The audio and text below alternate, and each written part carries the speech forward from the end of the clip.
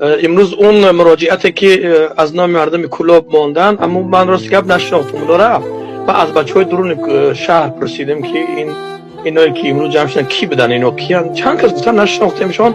خلاصه بعد یک بچه امیر زرد گفت همونا گفت دو تاش کمازیست بوده، همون دو نفری که پیش رسیده که میگه خبر آمده. او پرسید میگه در همونجا همون ماشیناشون گفتی چیون ایتا موندن در قدیر اشترافشون کردن، اشترافی وزمین تا جبین گفتن بردن اتاقی چکانشون دادن. میگه اون دیگرش همش میگه ملی سابق ملی سو امنیت بزرگ تریه.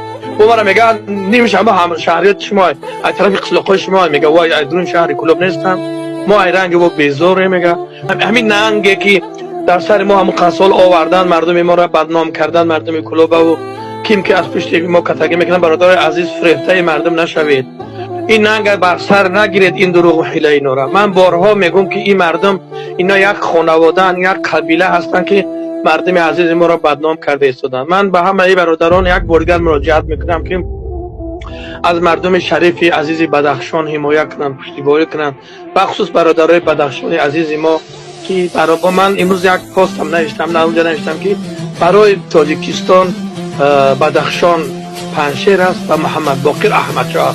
خب بعضی دیگه نوشتن که کمتر زیاد بوده بدون مردم. عامل صاحب احمد شاه رو احترام میکنن و برای مردم خودش برای تاجیکان اون طرف بود.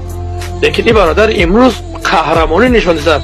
30 سال شیر همین آدم عامل صاحب احمد شاه 30 سال قبول نکرد، ظلم هیچ وقت قبول نکرد. همین هم میگه امروز آشکار گفت 30 سال اگه من این رژیم قبول نکردم، من ناعدالتی های این رژیم میگه قبول نمیکنم. وقت چه همین آدم تعریف توصیف نمیکنی؟ من قطعی آدم 2 سال در من در خروج زندگی کردم، دیدم در برنامه‌ام گفته بودم من این آدما رو عین نزدیک میشناسم. اینا بهترین انسان‌ها هم و هیچ مردم اون نماینده معارفی که گفت دروغ میگه، تهمت میکنه، اونم ساختن که میگه مرا زدن، اگر فهم زدن آخه یک جا که سیاه کبود نمیشین.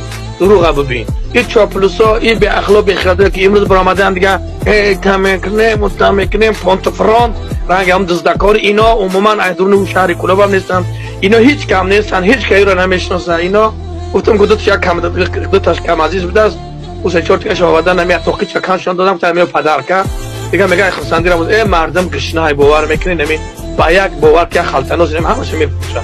و همین خاطر مردم عزیز کلوب ان شاء الله که با یک بار دیگر من بس همشون میرسونم که نه نگه به کلت و نگیرین، هیچ وقت کاری نشود که ما در این دنیا و در دنیا هم سرخند، در قیامت هم سرخند باشیم.